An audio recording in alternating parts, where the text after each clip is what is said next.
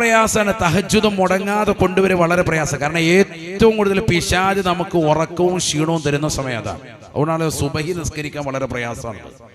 ഒരാൾ കൃത്യമായി സുബഹി നിസ്കരിക്കുന്നുണ്ടെങ്കിൽ മനസ്സിലാക്കിക്കോ, അയാൾക്ക് അള്ളാഹുവിന്റെ പൊരുത്തമുണ്ട്. അള്ളാഹു തൗഫീഖ് തരട്ടെ. ഒരാൾ സുബഹി നമസ്കരിക്കുന്നതിൽ വീഴ്ച വരുത്തുന്നുണ്ടോ, മനസ്സിലാക്കിക്കോ, അള്ളാഹുവിന്റെ പൊരുത്തമില്ലാത്ത അടിമയിൽ നീ ഉൾപ്പെട്ടു എന്നുള്ളതാണ്. റബ്ബിന് പൊരുത്തക്കേടുള്ള എന്തോ നിന്റെ ജീവിതത്തിൽ തെറ്റുണ്ട്. അതുകൊണ്ടാണ് സുബഹിക്ക് നിനക്ക് തൗഫീഖ് കിട്ടാത്തത്. പുരുഷന്മാരും സ്ത്രീകളും കേട്ടോ, നല്ലതുപോലെ ശ്രദ്ധിച്ചോ.